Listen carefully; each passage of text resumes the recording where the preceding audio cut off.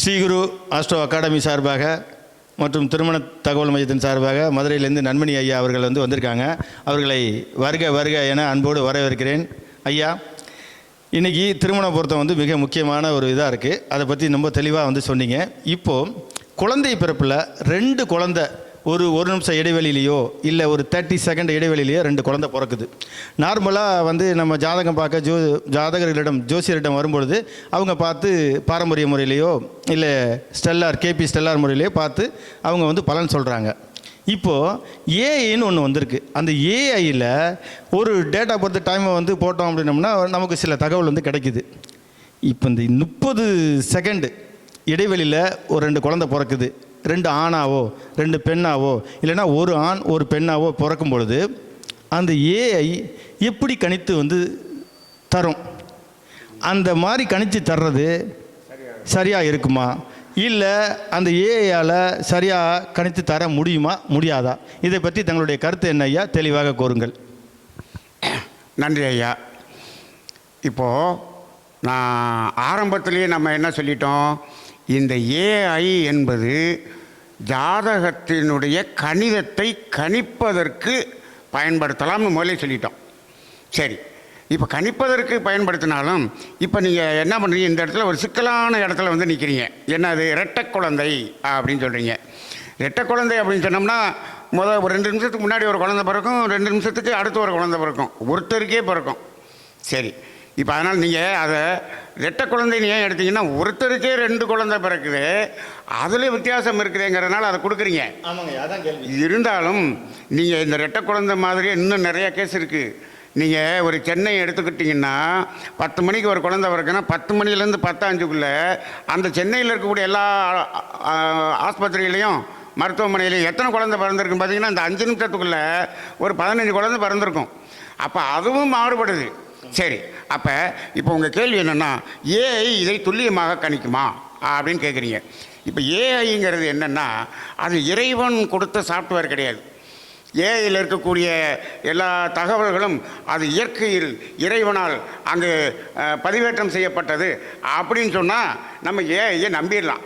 இல்லை, இது மனிதர்கள் தான் அதுக்கு தகவல் கொடுத்துருக்குறாங்க. இப்போ இதில் நம்ம பாரம்பரியமாக ஜாதகத்தை கணிப்பதற்கும் இப்போ கேபி முறையில் கணிப்பதற்குமே வித்தியாசம் இருக்குது.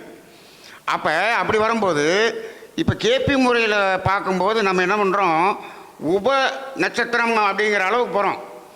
ஆனால் சாதாரணமாக என்ன பண்ணுறோம், வெறும் லக்கினம் அப்படின்னு முடிச்சிடுறோம். அப்போ 2 மணி நேரத்துக்கு உள்ளே இருக்கக்கூடிய எல்லா குழந்தைகளுக்கும் ஒரே ஜாதகம் தான் வருது. அப்போ அதை துல்லியமாக பிரிக்கிறதுக்கு நின்ற நட்சத்திரம்னு போகிறோம், அதுலேயும் துல்லியம் தெரியல.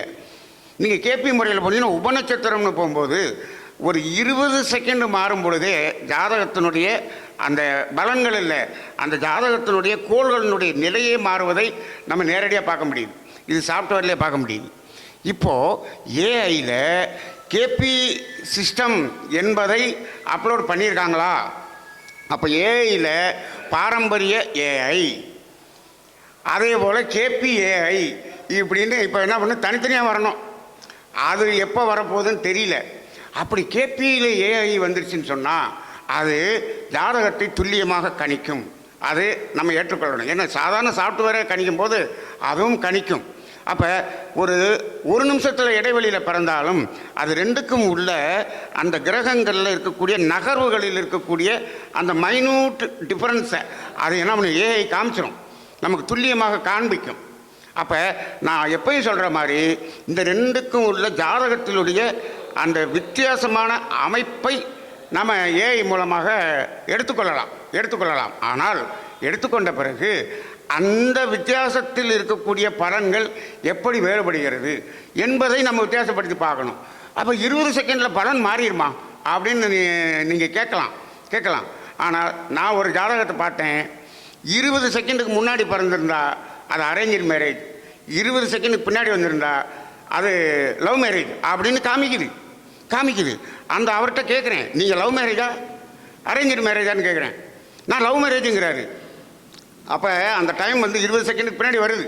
ஒரு 20 செகண்டில் அந்த திருமணமே மாறுது. அப்போ பலன் சொல்லும் பொழுது நம்ம ஏஐ மூலமாக துல்லியமாக கணித்து கொள்ளலாம். ஆனால் பலன் சொல்லும்போது என்ன பண்ணணும், நாம் நமது ஆறாவது அறிவு, ஜோதிடர் தனது ஆறாவது அறிவு, தனது அனுபவம், இதை கொண்டு தான் சொல்ல வேண்டும். ஏன்னு கேட்டோம்னா ஒரே ஒரு விஷயந்தாங்க, இந்த ஏஐ அப்படிங்கிறது ஜோதிடத்துறையில் ஒரு லிமிட்டேஷனுங்கிறது இருக்குது. நீங்கள் விஞ்ஞானத்தில், நீங்கள் சாஃப்ட்வேரில், நீங்கள் பௌதீகத்தில், கெமிஸ்ட்ரியில், இங்கெல்லாம் நீங்கள் 100% ஏஐ உள்ளே கொண்டு வந்துடலாம். ஆனால் இது அப்படி இல்லை. இது எப்படி அப்படின்னு சொன்னோம்னா, இது ஒவ்வொரு மனிதனுடைய ஆறாவது அறிவை கொண்டு, அவனுடைய சிந்தனையை கொண்டு ஆய்வு செய்து பார்க்கக்கூடிய ஒரு ஞானம்.